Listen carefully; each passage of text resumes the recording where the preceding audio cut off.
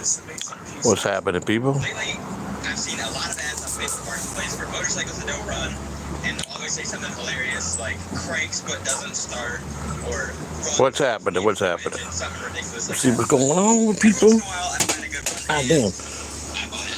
This Dark. BTX Can't see it. BTX 1300R, I believe. I have a review video. Dun, dun, dun. Where's everybody at? 3:30 in the morning. Can't sleep. My grandkids over. Little guy woke me up. One person, what's happening? What's going on? Maybe I'll continue off of my rant and my rate from yesterday. Tonight, big show. Interviewing Kevin Mentz, former Major League player, Texas Rangers. Tonight at 6 o'clock on the show we see and Lou the Monster. Fern Dog, what's happening? Good morning, brother. Good morning. I know I just kind of nappy hair. My little grandson woke up for his feeding, so it woke me up. So I said, hell with it. Let me come on and see what's going on. But when you got the little babies over, you know what's going to happen. You don't get the grandkids that often, so he's still young, 7 months. What's going on, man? I see Bobby. The only reason I streaked, I went on and saw Bobby Nix was on. I said, oh, damn, there are people out. So what's going on, Fern Dog, my brother? What's happening? I just touched a base with everybody. Left everybody with a hanger yesterday. Oh, I brought the heat yesterday, you know. It's a little dark. I'm on my porch. I turned the light on, but my sister and brother-in-law just got home from work, so we're just relaxing. It's cool out here, man. It's nice, actually. Mason in Portland. What's happening, Captain? Ah, that's awesome. Spending time with the family. Yeah, the grandkids, you know, they're in the house. And they woke up, little guy's 7 months old. He woke up for his bottle and change. So Mrs. in there, had to get her up. And I'm like, well, I knew this was going to happen. So I went to bed early because I knew I'd be woken up around 3:30 or 4 in the morning. So, but I gotta run some errands early anyhow. So, and then today's doctor day. So get up, eat my breakfast early, have a shower. Maybe I'll take a walk this morning. See if I'm able to. But I just shoot with my sister and brother-in-law. They just got home from work. Just the time to get home, so they live next door. So, excuse me. And it's just so nice out. The humidity is really down right now. So it's perfect. It's perfect weather. It's about 65 degrees out. It's just perfect. So I just thought I'd jump on, see who I catch on here. I didn't think there'd be a lot of people out. I mean, you never know what hit and miss, you know. Hit that like button. Turn on the gift of memberships. I saw Bobby Nix was live, and he had Jungle Jack on there, and I don't know who else. I think Wendy and them. But yeah, what's happening? Big, there we go. False Benico. Good morning, Joe. Good morning. What do you think about Kanye tweets? Kanye's. I don't really follow that, brother, so I really don't got an opinion on it. Is it true that I was watching something live tonight of P. Diddy? Did he get life in prison or something? Is that true, or is that just a made-up podcast? Yeah, hit the like button. Big Besky, is that it? How you pronounce it? Cool, we got the night I was out. Cool, cool, brother, cool, that's awesome. Mrs. C, I just woke her up. Yeah, I could feed the grandbaby. The grandkids keeping Mrs. C up. Yeah, well, they went to bed. The little guys, the oldest one is 6, and technically it would be a school day, but we got him a day early. We asked if we could take him out of school today because I couldn't go this afternoon because I got my podcast tonight at 6. So if I would have left to go like at 1 in the afternoon, it's a 2-hour ride each way. I wouldn't have made it. I got an interview tonight with Kevin Mentz, so I got to be in my studio for that. So I said the only option, we could either go late tomorrow night, which would be tonight, or we get him to. We called up and I got my daughter and I said, "Can he miss school tomorrow?" He said, "Yeah, he's a student." So we picked him up last night. So yeah, but he went to bed probably 10 o'clock. He was out. And then the little guy is only 7 months old, man. So he feeds every freaking 6 hours or something. Yeah, so I had to get her up to. But I knew it. That's why I went to bed extra early last night. I said, I'm going to go to bed and get about 3-4 hours before I get woke up. I hate my neighbors and they hate me. Do they? Oh, that's all right. I hate my neighbors too. I hate everybody. You know, that's the best way to live. Cool, we got the. Yeah, that's cool for a dog. Yeah, so hit that like button. Yeah, it just was cool. I was thinking about last night's stream, man. I was on fire, man. And usually when we end the stream, me and Lou would be talking in the back after the show. I bolted out of StreamYard. I didn't say nothing to him. I just was so fucking humped up yesterday. First, I didn't even talk to nobody, man. I was wound up yesterday pretty good. But I needed it because the last 2 shows, man, I was like really dull, man. I was like, I had no energy. So I'm like, I got to bring something today. So people were loving it. So, yeah. Well, how's everybody else doing tonight, man? What's going on? Mason be going soon to Hackamania, like the hack that he is. Gonna go lick on his daddy's fucking nutsack. My boy Mason. Yeah, I know what that. Let me tell you something. My little part-time job I got going to take care of the colonel driving around. He's 87, and I'm like, did you sleep late? He goes, I didn't sleep, but like 5 days in a row. He goes, he just sits in a chair, and you can see it in his eyes. He ain't slept, man. So it was a blast seeing you flip on the bird. Yeah, that's the bird. Yeah, I know, I love it. Yeah, Lou got me pissed off yesterday. I'm like, dude, you're bitching at me because I've been no energy, and now you got. But I brought him back. He was laughing. That was good. Do you believe in a higher power? Well, I don't. Yeah, I guess so. Of course, there's a higher power, man. I mean, we got here some way, didn't we? So yeah, there's definitely somebody in charge at some point. Yeah, I believe that. But right now, I'm the higher power. That's all I can think of. Is I'm my higher power. Yeah, of course you gotta believe in. You gotta be a God-fearing man. I mean, there's got to be something. If it ain't God, then it's aliens. If there ain't a God, then we're made by aliens. That's the only thing I can think of. Who else could have made us? There's got to be a God. So, exactly.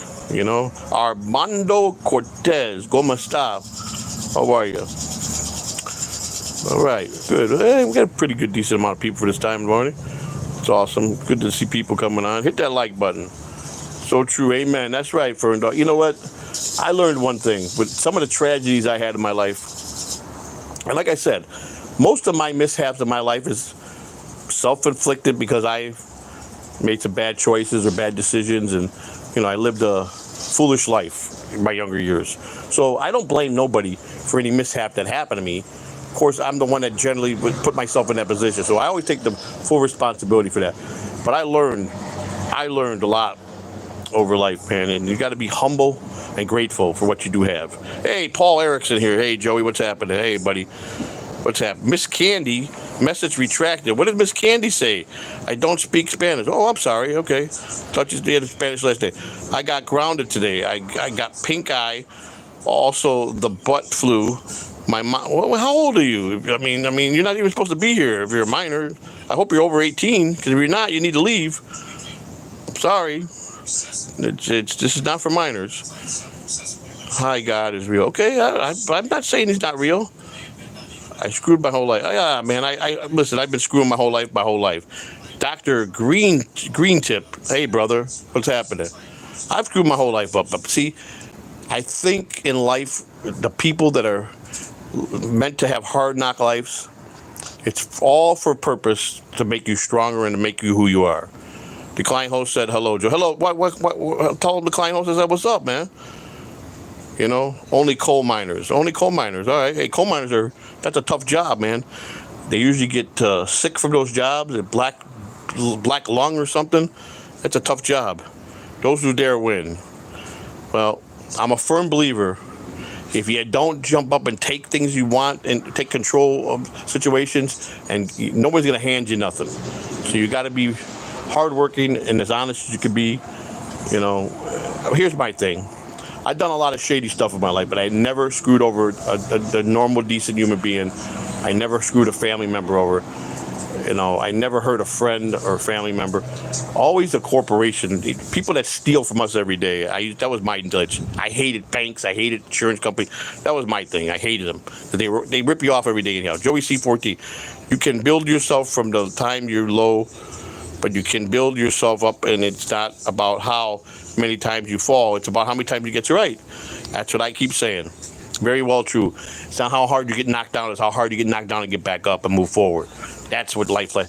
But I still say, excuse me, all people that are in this life to live a hard knock life, It's all for good reason, because it makes you who you are.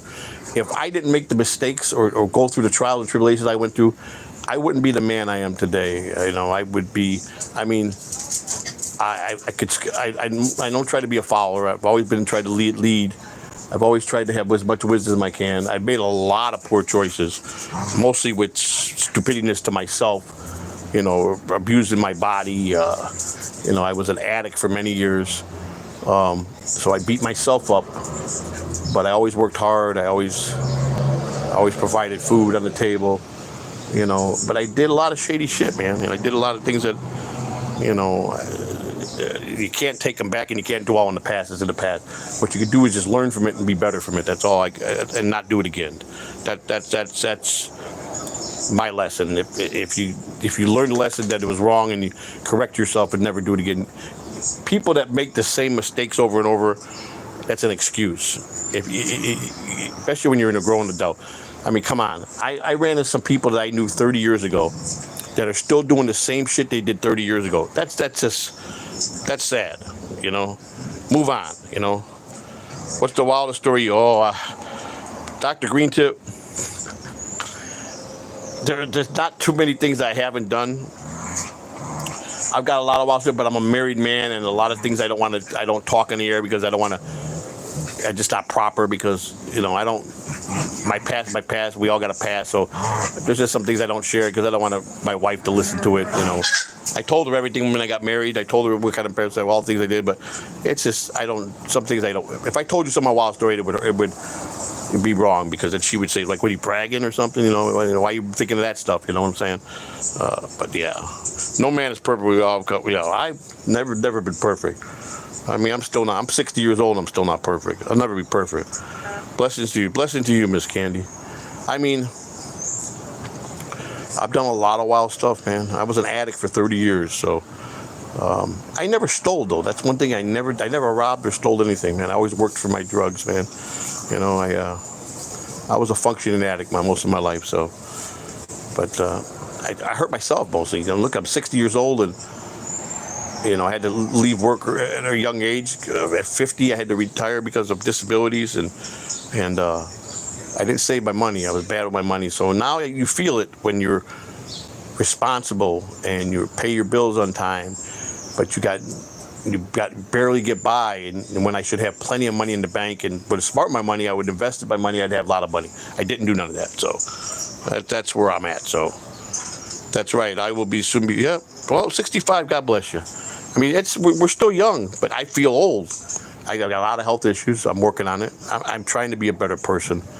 I try to be kind. I don't take nothing for granted. I'm grateful for what I do have. I don't think about what I don't have. I think about what I do have and be grateful for that, So that's a lot of bravery for some behind. Yeah, well, I'm very. I don't hide my face. That's my real name. My stories and my life that I share with people are all real.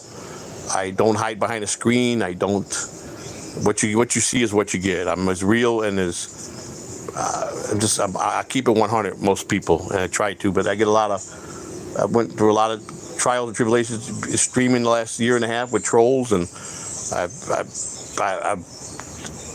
they've tried to knock me out for many times for months and months, but I stood strong and showed them that you can't run me off. So now I just, I do my thing. I am all man. One thing, I'm old fashioned. There's just some things that I don't judge nobody. What people do in life, I mean, I don't hate on the people. I don't judge people.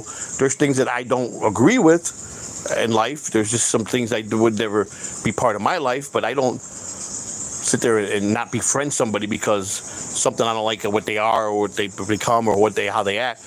I mean, it's a choice. We all can't be friends. Everybody can't get along. But I try to treat everybody with respect. That's my biggest thing, And I have a very bad temper most of my life. I'm trying to work on that. That's something that's been a life working thing that I have done since I've been a small boy, is work on my anger problems. And it's a work in progress every day. I fly off the handle very easy. I don't like to hold nothing in. I have a very short fuse. but I can't react like I did when I was 30 and 20 and 40. When I try, I'm hurting myself physically now because I don't have that strength anymore, you know. And when you beat your body up for 30 years with putting things in your body that you're not supposed to, you deteriorate, you get weaker, and your mind is, you know, my perception, how I think, my eyesight, being overweight.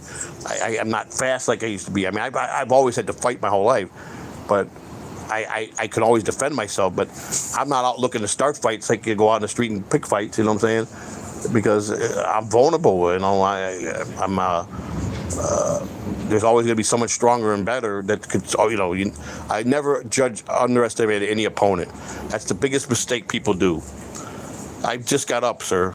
I went to bed. My grandson just got up for his feeding, so I set my alarm for 3:30 like I knew, because like clockwork, when he's here, he gets up there.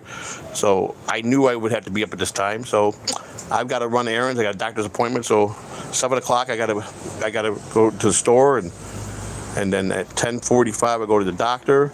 So I knew it. So that's why I went to bed early last night. At least I got my 5 hours in. So when my sister and brother-in-law came home, they come home from work at 3 o'clock, and they're it's 65 degrees, no humidity. We're sitting on the back porch, and I was talking to my sister. So,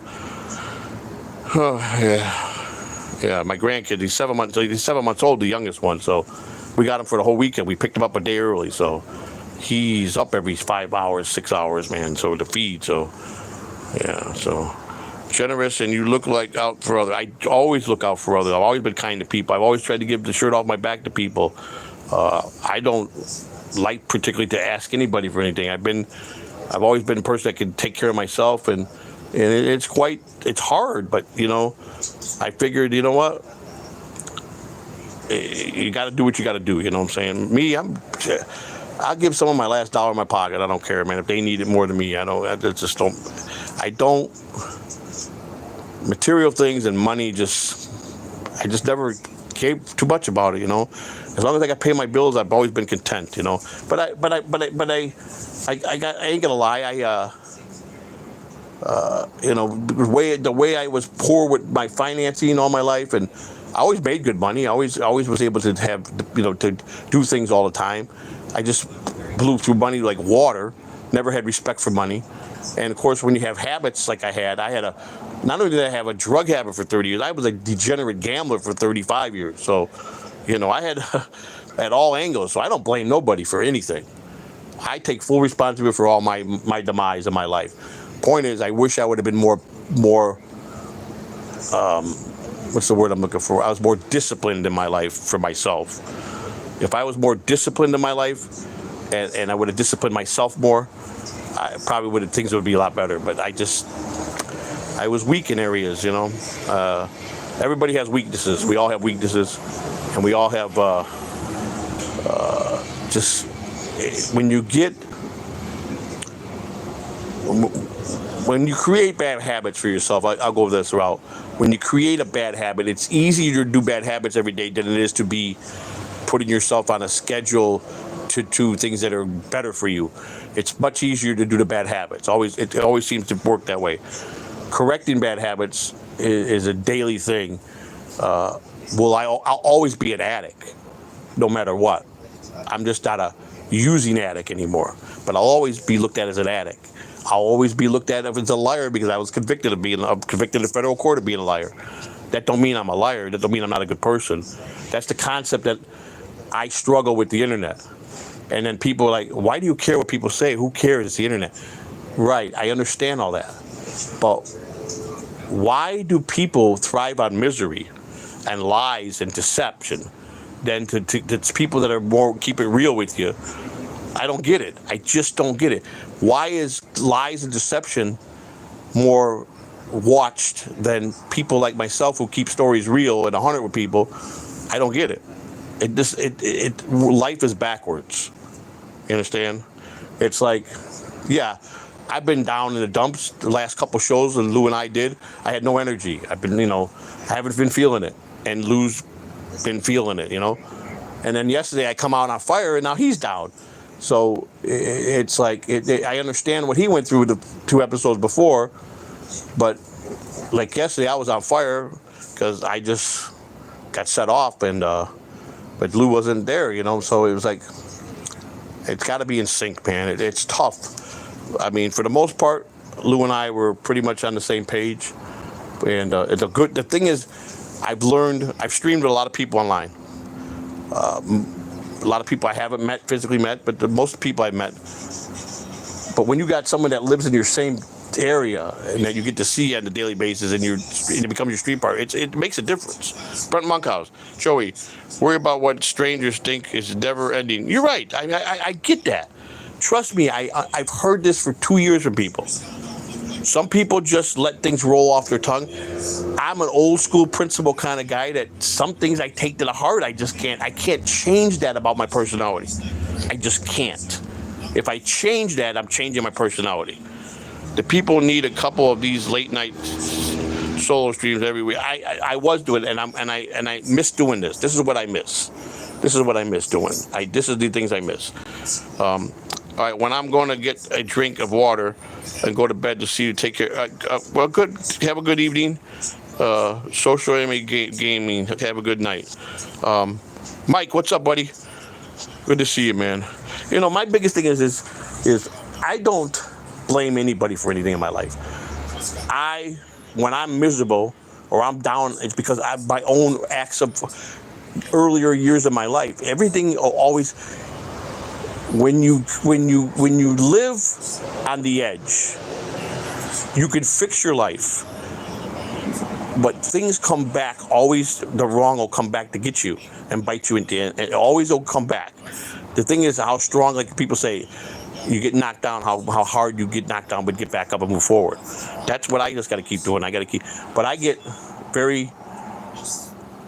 beat myself up because at my age, with my abilities of what I've done in my life, and it's kind of like the stuttering John syndrome. John had the best of his world of everything that he fell into him. I kind of had, not like him, but I had good opportunities in my life with baseball that I could have went to the top if I would have just changed my ways, and I didn't. I was always stubborn. I didn't take orders well.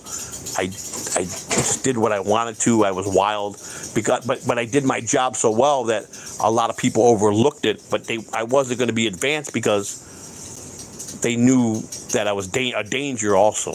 But they knew that they could trust me because I'm going to do my job 100%. But the thing with my job is when you work behind the scenes with major league players, you got to have the players' trust. If you ain't got the players' trust, you can't do the job I do. But then you got to please the owners at the same time. And but you can't betray the players with confidence and to let the owners. It's a very hard job to juggle. I did it for 30 years, and I did it pretty well. So my point is, I was bad with my money because I had habits, and a ton of kids that I had to support. So reality is, most people don't go to the top of their field. No shame. No, I agree. It's like 1% of people make it in the major leagues and stay there as a career. 1% in the world. So I realize that. That's right. But I also am a firm believer that at least do something you enjoy. I enjoy streaming. And obviously, I got a lovely wife who I love to death, and she loves me to do anything in the world for me.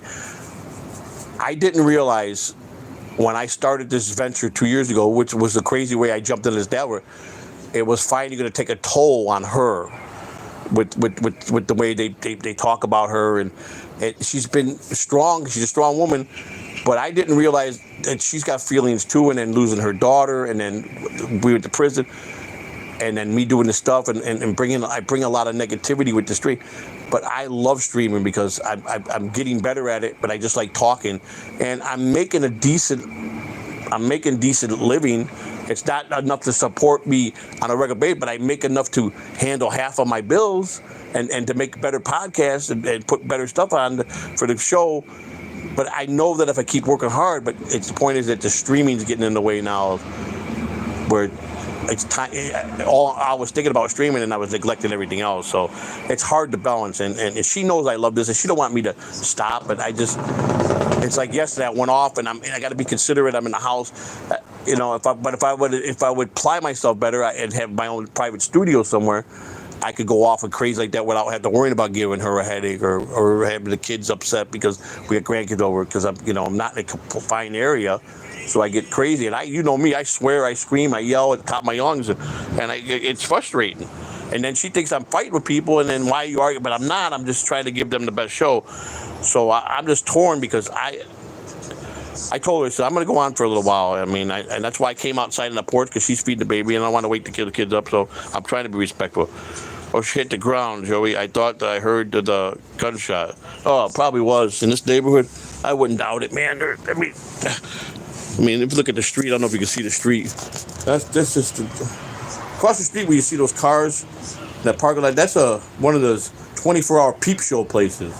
One of those adult stores where you go in and watch the films, and those guys go in there and jerk off. That's what that is. It's right there. That's what that is across the street. The bank's right there. That's the bank right there. Auto parts store. And right there where that cars are, if you can see that sign, that's one of those peep show places. Yeah. So I live in a pretty raunchy neighborhood, but I've been here 3 years, and like I said, I moved into the bigger apartment, and my sister lives on the other side, and this is like a car lot. This is an actual car lot back here.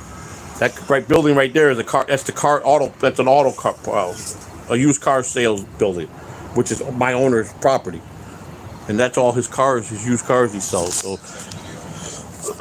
excuse me. But we got bigger house and I got a back porch and 2 entrances now. So, and it wasn't bad. But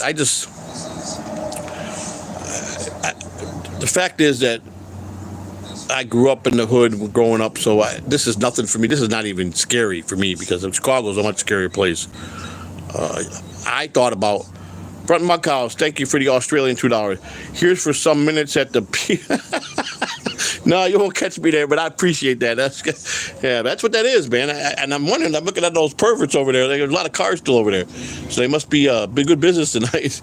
That's funny. I didn't know that all this time I lived here. I didn't know what that was. I thought it was a club, and one day I finally paid attention, and I go, damn, that's one of them adult bookstores. One that got a little, you go pay the quarter in the little, those sick little rooms where people jerk off.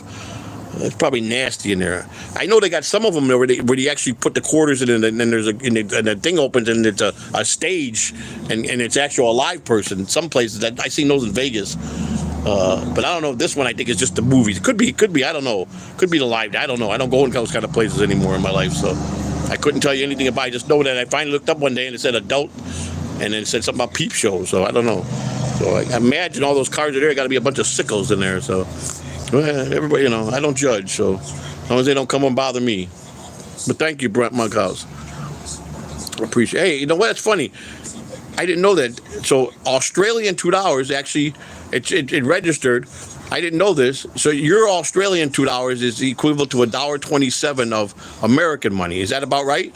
Versus your guys' money to our money. Does that make sense? You would know what it is better than I do. I never watched it. It never actually. Usually it just shows the super chat, and then that deduction comes out from YouTube. But now I guess they started the thing where it automatically shows you now. So I'm seeing exactly what your $2 versus the American money is. That's the first time I've seen that. So that means our money's worth less than your money. Is that right? Am I saying that right? If $1.27 is your $2, you get more value in your money for $2 than I do okay, I get, so yeah, it's less here. So that's fucked up. You guys got more. You guys' money is better than ours. How about that? Cheers, my man. Cheers.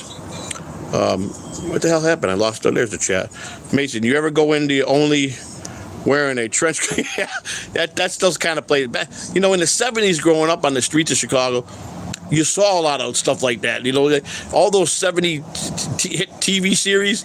That was reality, man. That's how the big cities were, man. You had the pimps, you had the hookers, you had the druggies. Those 70 sitcom, those shows like Beretta and Starsky and Hutch and Kojak, for New York or Chicago, that's really how the streets were, man. It was exactly like that, So it's yeah. I have Eco says I have 4 days out of 7 that I don't do anything related to streaming. Maybe you could do something. Yeah, I understand it. I was just consuming, and it shows the months that I really did well, and I've never done. My best month, I don't hold it back and lie. My best month is 2,600, and I did that 3 times, and I've been monetized 7 months now.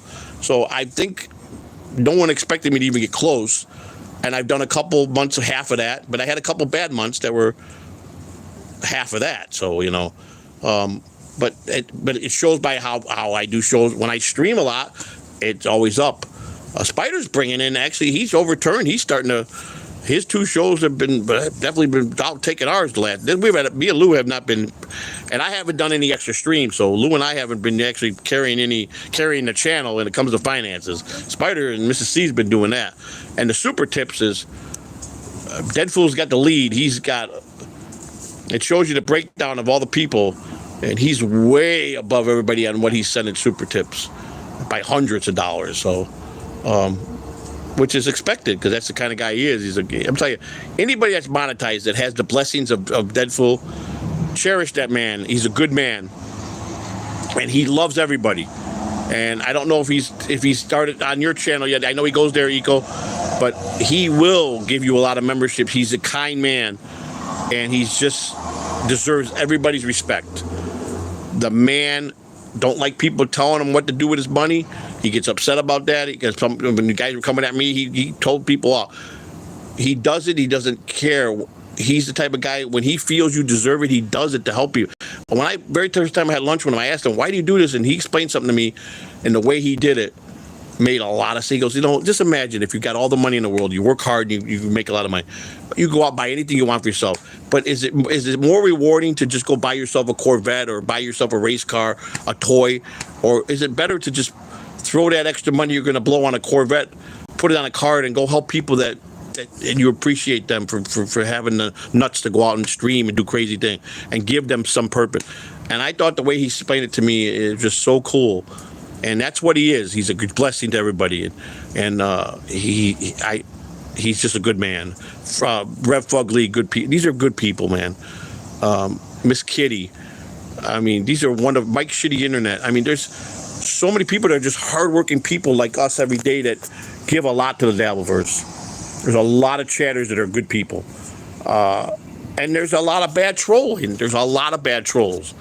And it seems like the rotten trolls are just rotten.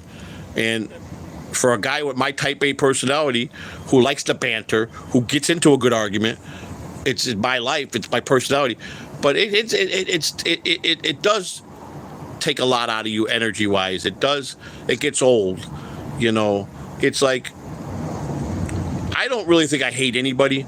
I'm just not, it's a strong word. I say it a lot. I cuss people out. I say I hate people. I can't stand. But in reality is, I try not to really hate anybody. I dislike a lot of people. I don't agree with a lot of people. I get very easy irritated. People get under my skin very easy. But I think they it's like the last 2 shows were bad, and Lou's like, we got to get you out of this funk. And I think yesterday, a lot of people were disappointed the last couple of shows because I wasn't on fire the way that they wanted me to be. And there's certain people that just know me well enough to set me off. And I've had a couple of them say, thank God we brought you back. I'm sorry I had to poke you a little hard, but I take it to the heart sometimes. And it's like I am at a cross for the last 2 years with Rochi. He's one guy I just can't figure out. I just can't. And I'm pretty good at figuring people out.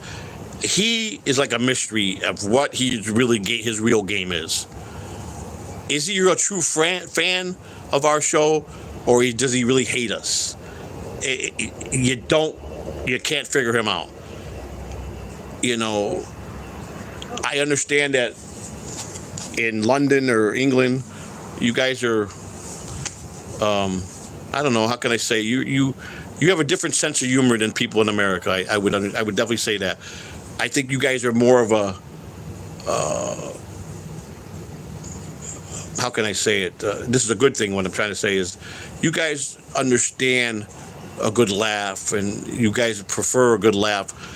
Sometimes I don't understand your humor.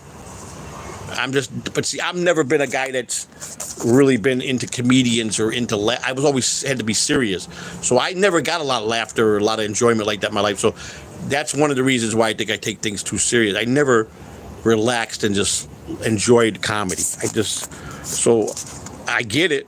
Listen, I learn fast. What irritates me is the people that really pound hard on certain things that I think they cross the line on. I just, sorry, they do. But they know it gets to me, so that's why they do it. I try not to show it, the emotions as much, but I think if you're going to be an all-around, wind up being a decent human being, I think that you should be smart enough, people should be smart enough not to poke down those roads, even though they're trying to get a rise out of me. I just don't agree with it. And if it's just them just really goofing around and they, in their mind, but some people don't, like me, don't understand that, and we take it a different way. I try to be better, because I think I got a good group of people that watch me every day, for the most part. I start on everybody. I picked fights with everybody. I've called everybody names. I've done, but if you break down how people have talked and trolled about me, I don't think I'm nowhere near giving back what they've done to me. So, but I don't hate nobody. I really don't. I get upset with a lot of people, but Rochi's one guy I just never could figure out. I just don't understand it. I guess everybody in their life has that one person that could just really provoke them the wrong way, and I could tolerate him, and it's just easy to just ignore him and ban him, you know. But then he'll be fine, and then all of a sudden he gets in that fucking that mode, and I'm in that fucking right. It's like he knows I'm there, and he pokes me the fucking wrong way, and he might be rolling on the floor in stitches laughing because he set me off or got me to do what he wanted me to do, and I don't know. I did try one time to be kind to him and try to talk with him, but he don't like Americans. I don't think. I think he just dislikes Americans. I think that's how I think. I don't know. I could be wrong, but he definitely leaves me fucking flustered a lot. So, but he's the one guy that, oh God, you look at him to try to find that, can he be a friend? Can he really be a nice? But then you just like, no, he can't. He's rotten to the core. He is. He's rotten to the core. He is. That's why I worry about Pineapple. I worry about him. Because Rochi's fucking crazy. I think we got this one. Brent Muckhouse, the Pineapple, thank you for the $5, Brent. The Pineapple is way worse than Rochi, Joey. Those guys are just busted. Yeah, I know they are, man. I get, like I said, the Brits got a different way of humor. You know, I mean, like, I used to watch Benny Hill. And those guys were funny, man. I mean, the Brits, but I don't know. I try not to judge anybody from other countries. I try to respect everybody. I think you see a lot of things differently when you go to prison. You see how things are divided by race and by your nationality. That's one place it's in top shape, filed how you stay with your own kind. Like Puerto Ricans stay with Puerto Ricans. Oh my God, who's this? Destiny 66, $20. I ride with you till the motherfucking wheels fall off, sir. Well, you know what? That's one of the nicest things everybody said to me. Thank you for the $20. That means a lot to me, man. Thank you.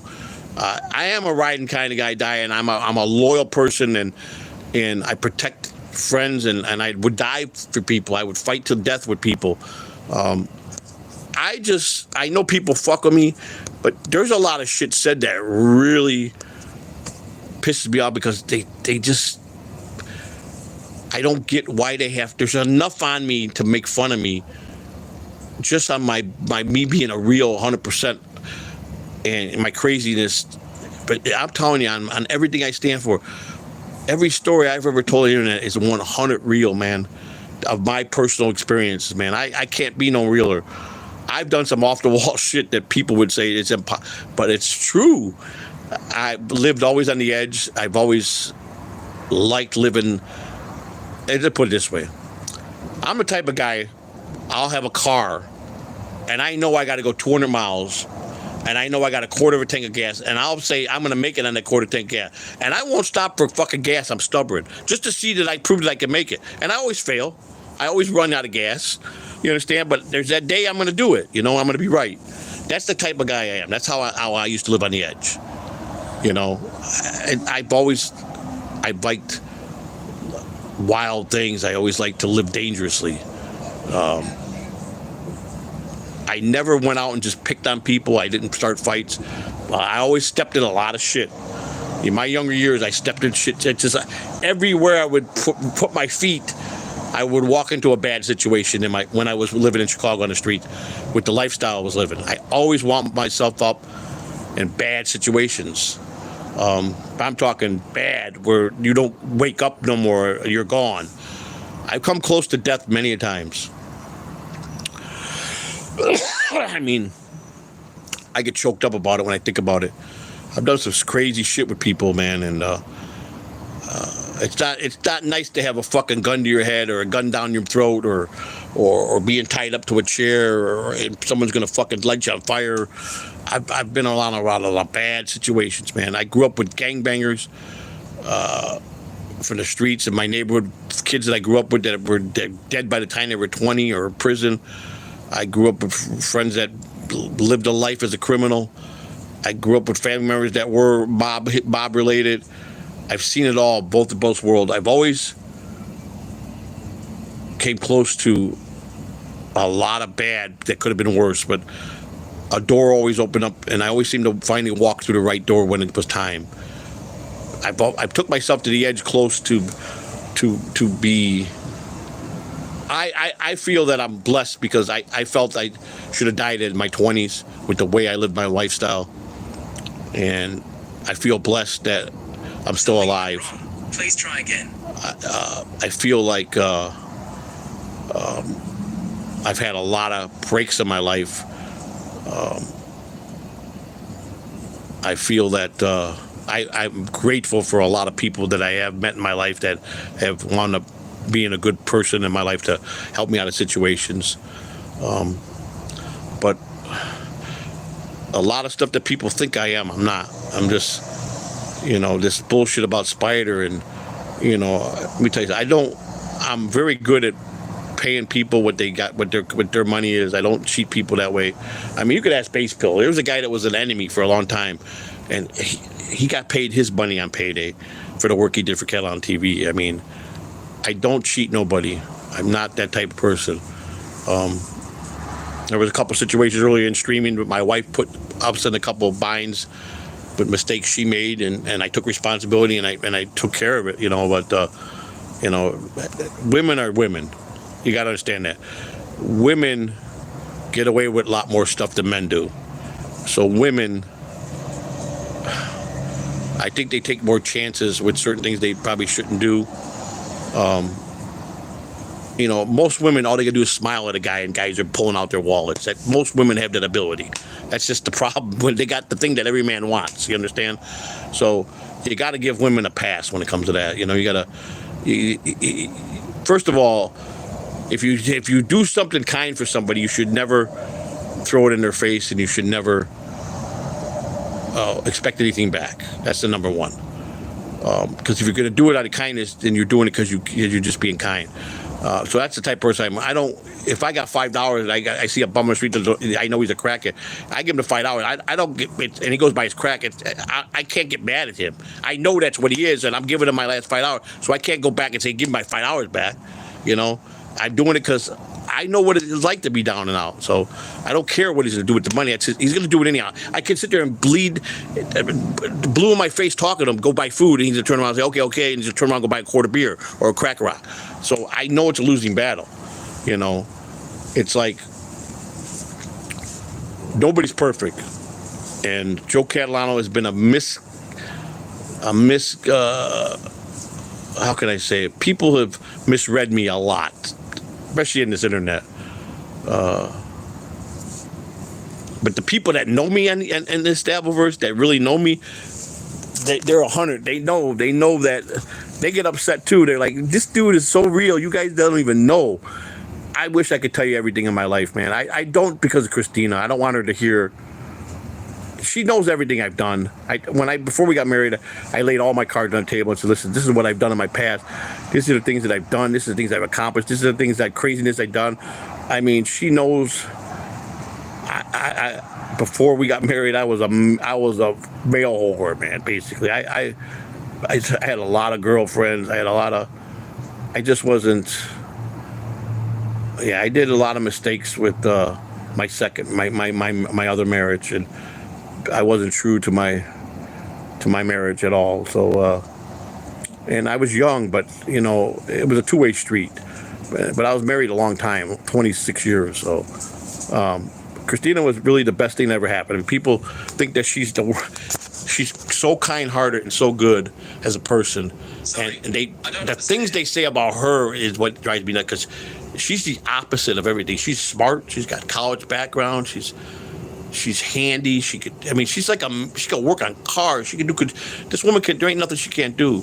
But she also had a hard way with 10, 12 years of her life where she did things that she shouldn't have done.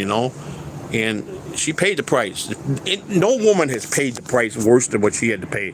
Prison twice. Lost a child. Never ratted on anybody. She did the time. She kept her mouth shut. And she still holds her head up high and rolls with everything that's said about her. And it drives me nuts. And she's like, why do you worry about it? You know it's not true. But because I love you, I love you, and I hate this. And then but I've learned the last 6 months, I think I've really bettered myself at how I handle the internet. Not a perfect, but I think I've gotten better. I like having these little chit-chat talks with people. I think it's the best thing in the world. Like Mason said, I connect better. Prison twice, I hate to go to jail. Yeah, she did 2 prison terms in her life, Christina. First time was state and then the federal. She's a trooper, man. This woman is, I'm telling you, I've never met an independent woman as strong as her. I was always the breadwinner with my other marriage. I provided. I've never met a woman that comes and says, here's half the bill money every month, and here's my, and just pays, or if you can't get something, I got you, I take care. I mean, she don't stop giving me things. She buys me things every day. Anytime she's got anything she goes out of her way to make sure that I got.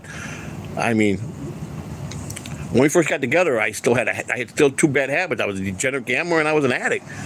And that's tough when you fall in love, and that's why I always stay true to her about. I knew this was when I was gonna marry her, that it was gonna be for a lifetime. I didn't want to just be married 5 years and divorce. I knew that I was getting older and I wanted to be with someone that truly loves me to the day I die. So I had to be upfront with her, and I stayed. I've never stepped out on my marriage, and I'm telling you guys, I was like I was worse than any prostitute there is on the street in my 20s and 30s. That's how many women I had. That's a fact. And I've never stepped out on this woman one time because I saw the pureness in her heart that she truly loved me. And I went away. I just never had a desire to cheat again. And that's because I know her love's real. And I was a strip club whore. I was fucking in my 20s. I lived in strip clubs, hanging out with baseball players. That's all you did. You were at the baseball park, or at the strip clubs, or the bars, or the clubs, or nightclubs. So I lived a very wild life. But I always loved my children.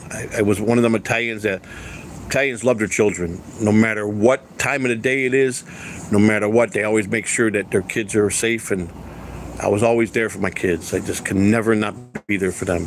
To this day, I still am. I worry about them every day.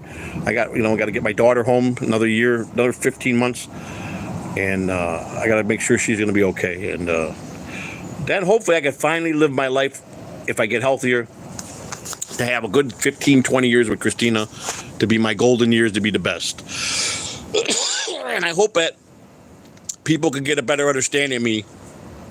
Maybe not paint the picture so differently, but state more of the facts.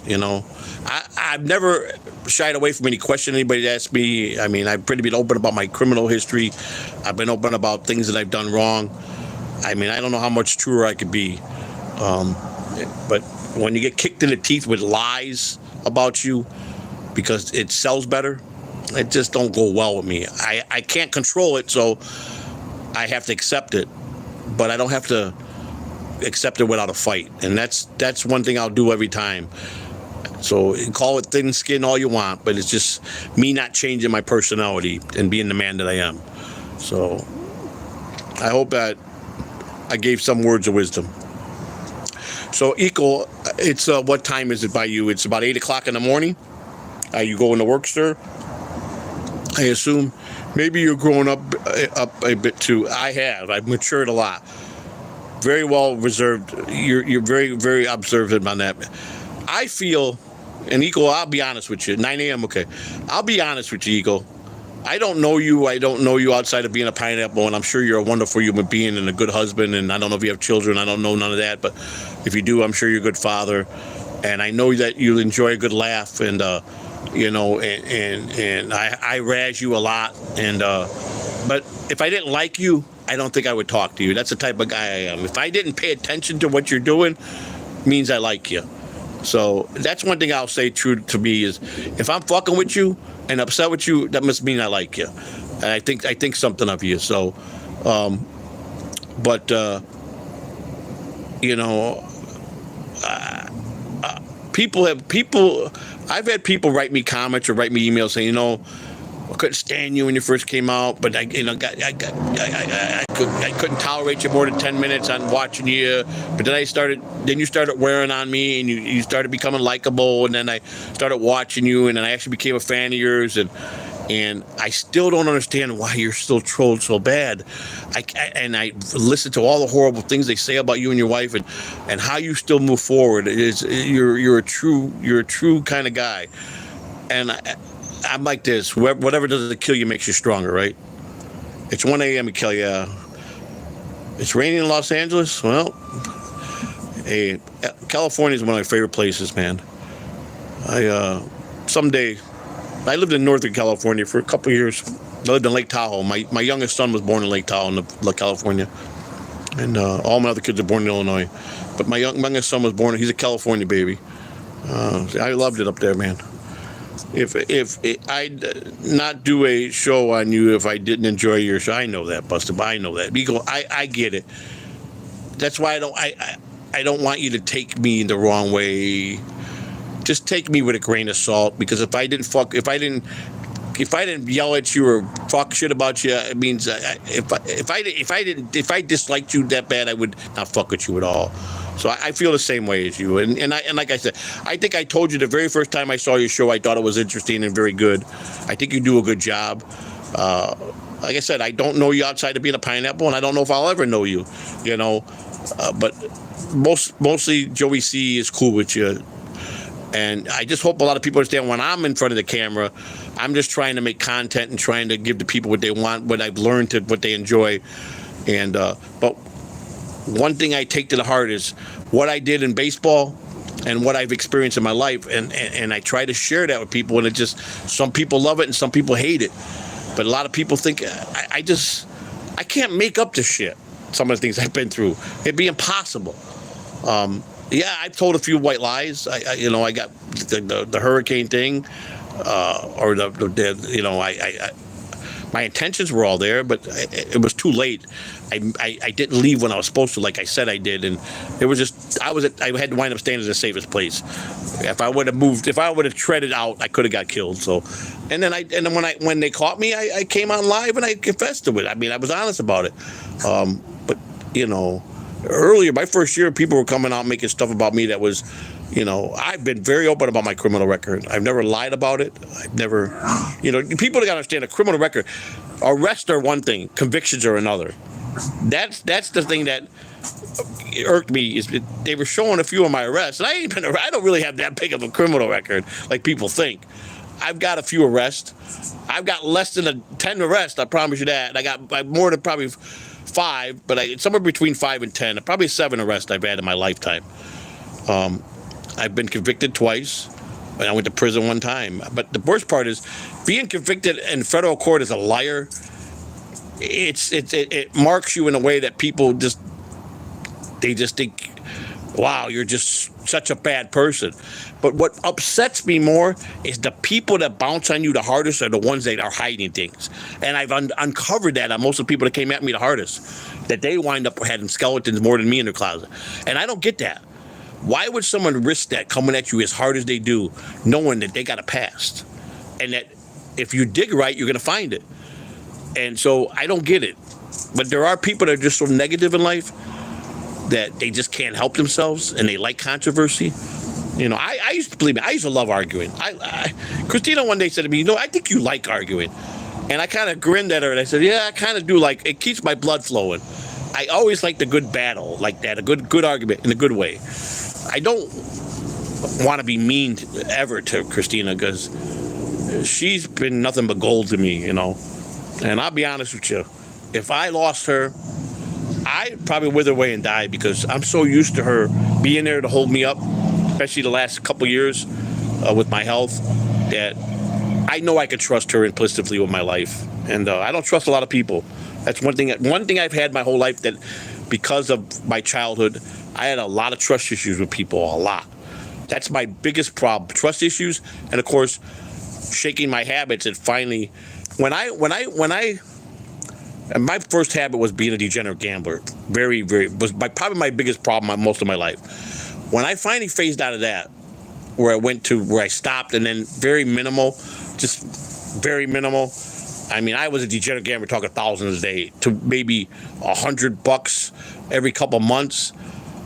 To me, is completely stopping for a guy that was a degenerate. The drugs, yeah, I did a lot of drugs in my life, but that was the hardest thing to walk away from. And gambling had a better hold on me. But the drugs, at the last couple years, in my 50s, I didn't do drugs to get high, because I didn't. I did it because it was just something I programmed myself to think I needed. And I wasn't even getting nothing out of it. I just did it. And it was foolish. But the day I walked into that prison, I finally looked in the mirror when I was taking a shower that night, and I went to the shower and I was shaving. I looked in the mirror and I said, well, this is it. You finally hit rock bottom. And I always made rules for myself. There were certain rules that I made that when I was an addict, I would never cross that line. Because I felt if I broke certain rules, then I would be a scumbag. I would be a degenerate scumbag. And I tried to stay true to myself with 5 or 6 rules I policed myself with most of my life. And I only broke one of them when I wound up going to prison. I looked in the mirror and I said, well, you swore to yourself you'd never break your own rule, and I did. And that, I'm like, this can't go on. You're going to just die. And when I was, even though I wasn't in a hardcore prison, I wasn't only in a camp, it's still prison. And yeah, I didn't have it that hard because I was around a lot of white-collar people that had a lot of money that was in with me, doctors, lawyers, athletes. But it's still prison, and you still can't go home. And you can't see your family. You can't see your kids or your grandkids, and you can't see your wife. So they take your whole life from you.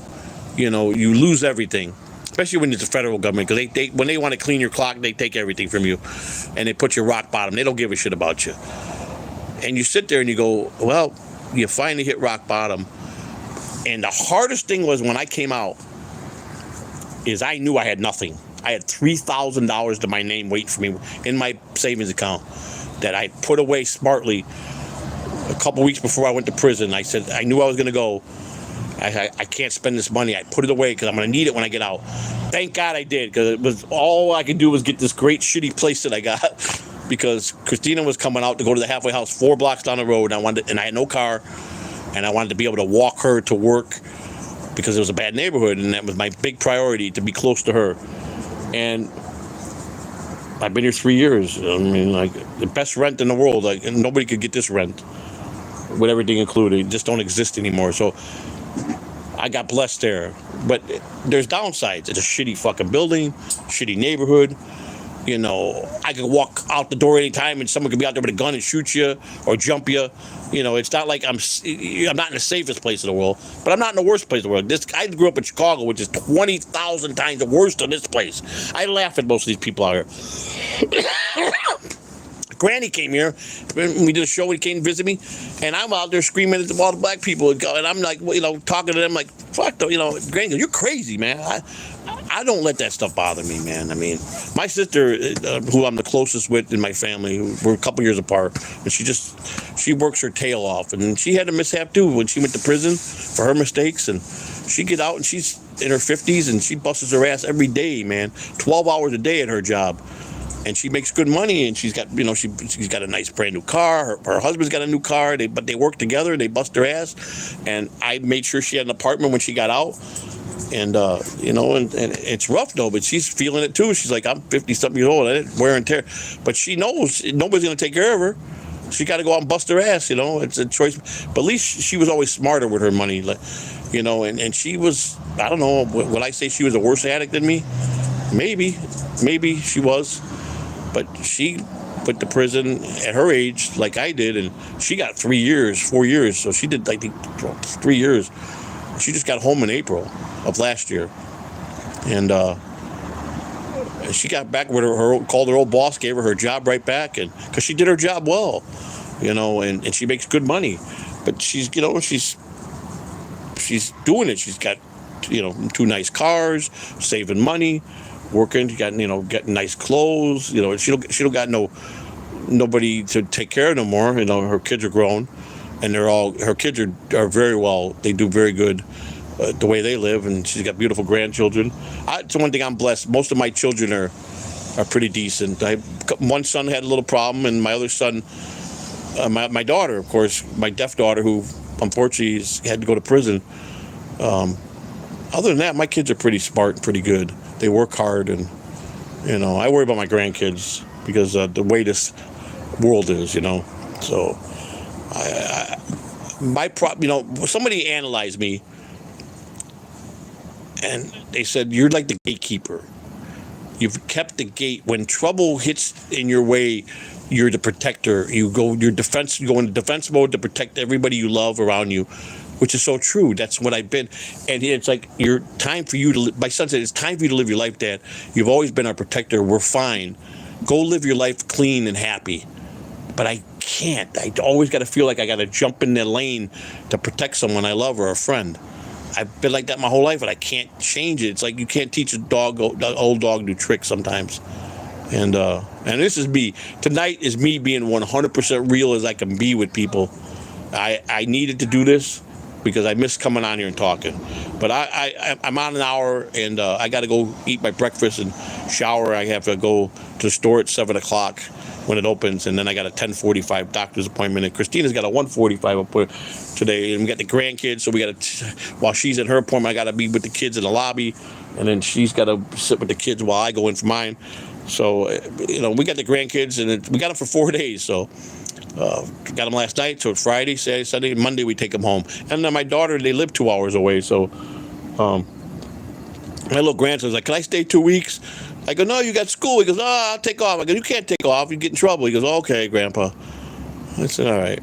He goes, I'm tired. I'm going to bed. All right, buddy, go to bed. He goes, I don't go to school tomorrow. I go, no, they said it was okay. You missed. Grandpa took you out of school today.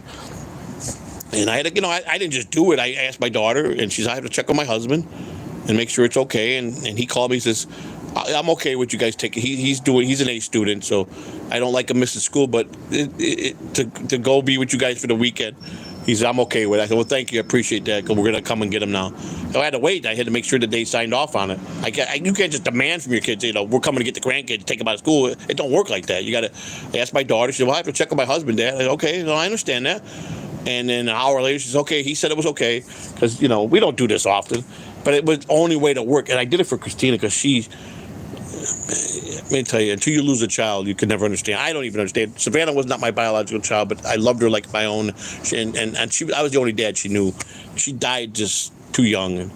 Because the grandkids are good for Christina.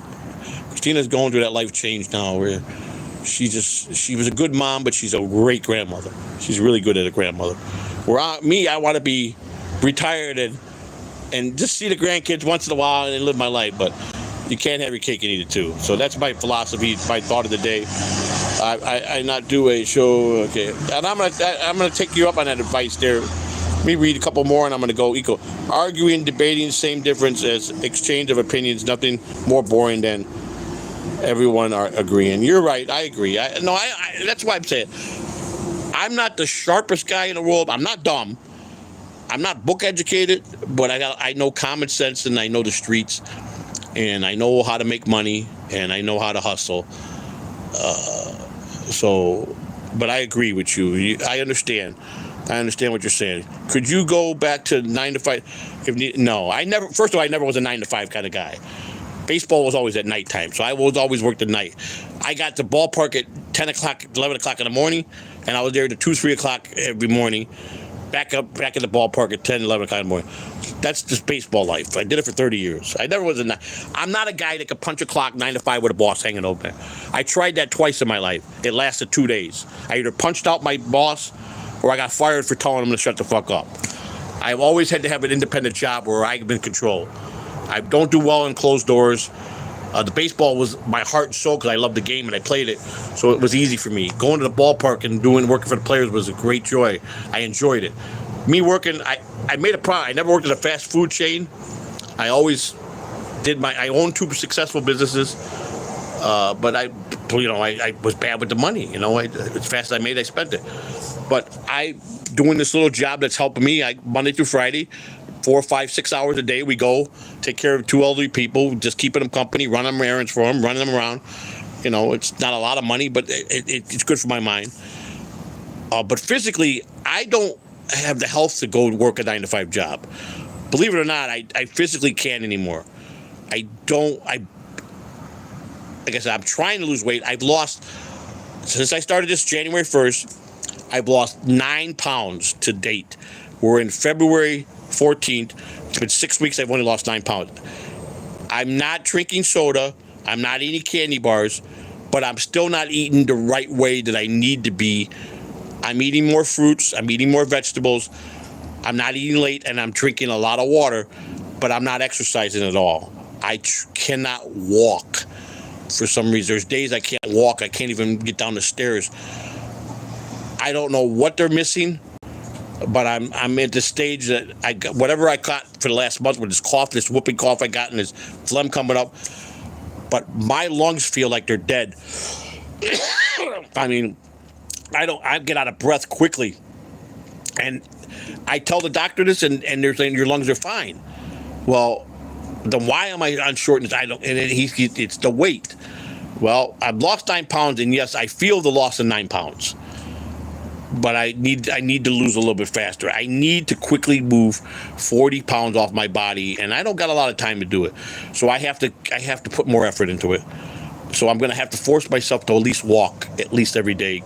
And when I did the walk and talks, they were good. So I have to program myself to do this. But the answer to go to regular an 8-hour day, 9 to 5 job, physically I couldn't do it at the shape I'm in now. Mentally, I could probably do it because if I needed to. But I don't need to. I paid into Social Security for 30 years.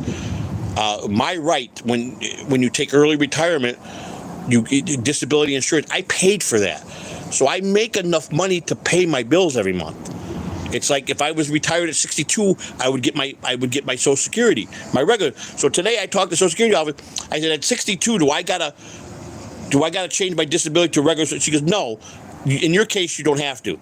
When you hit full Social Security at age 67, I think it is, she said it'll automatically convert over. And in your case, you're getting the max anyhow, so it won't change. So it does. That's why you don't have to do it.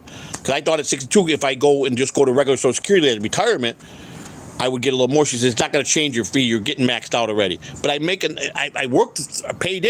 Social Security for 35 years. So I'm getting what I would get for Social Security.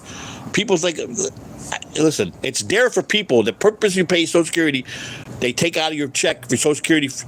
Part of that goes into a fund. It's disability insurance in case you have to leave work at an early age.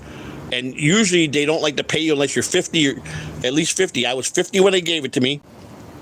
I've had it for 10 years. 62, I legally collect regular Social Security. And I called today to find out in 2 years I'm going to collect Social Security. Do I have to change? She says, no, in your case, you don't have to.